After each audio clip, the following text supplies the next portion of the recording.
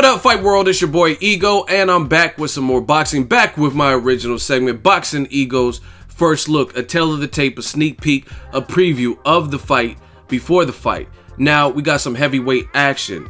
Anthony Joshua versus Eric Drummer Boy Molina, and that's taking place in December 10th to be exact, in Manchester. Now, for a minute, it looked like Joshua was going to be into a mega fight with Vladimir Klitschko. They've sparred before, they know each other well, they're about the same size, build, and that was going to be a mega fight, but it looks like we're going to have to wait, and now Joshua has to get past Eric Molina before that fight is sanctioned.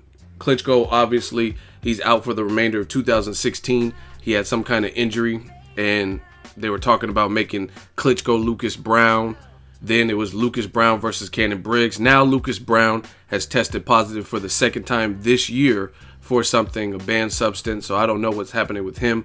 Joshua, Eddie Hearn, Matchroom, they moved on, and they picked what some people would call Deontay Wilder's leftovers, a heavyweight, a guy with some good experience in Eric Molina. Now, for the fans of boxing, like the true fans, the diehard fans, this match it should be a fun fight.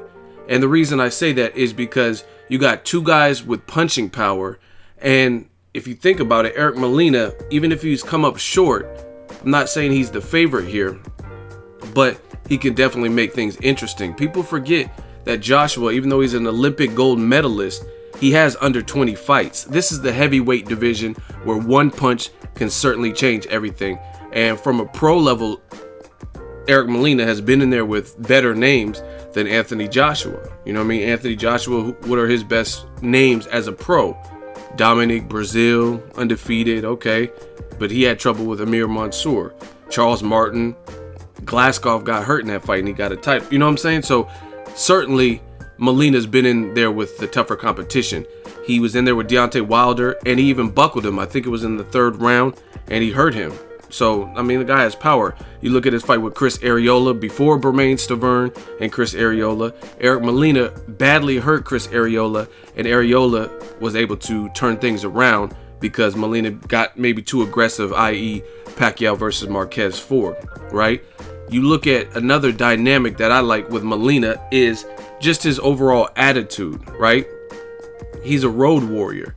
He fought Deontay Wilder. This was Wilder's first title defense after becoming a champion, beating Bermane Stiverne. He fought in Wilder's backyard of Alabama, where Wilder is from, right? And he didn't let the pressure get to him.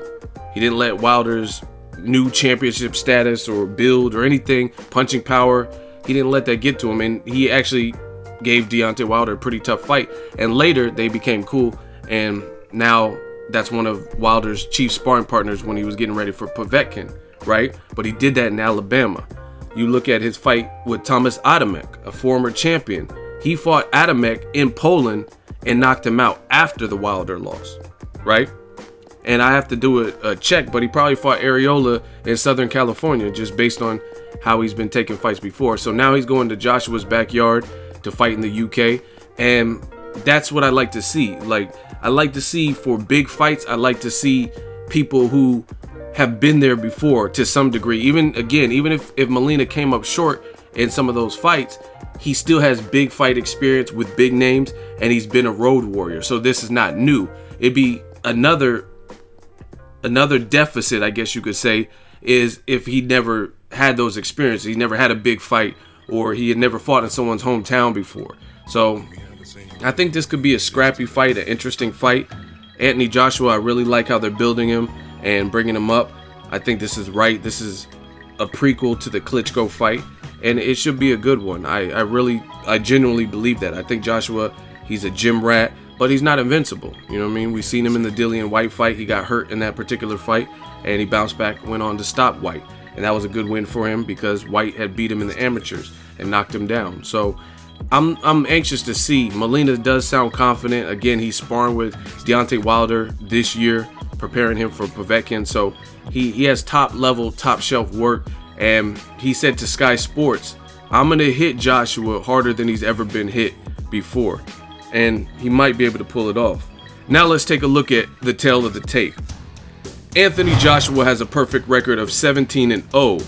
MOLINA, a veteran, has a record of 25-3. Age, 27 years old for AJ, and Eric MOLINA is 34, so he's definitely the veteran, and like I said, more big fight experience, and he's the older fighter. The height, pretty comparable. Anthony Joshua is 2 inches taller at 6 foot 6 inches tall. Eric MOLINA is 6 foot 4 inches, and this fight is taking place at heavyweight, so there's not really a weight cap that they have to make.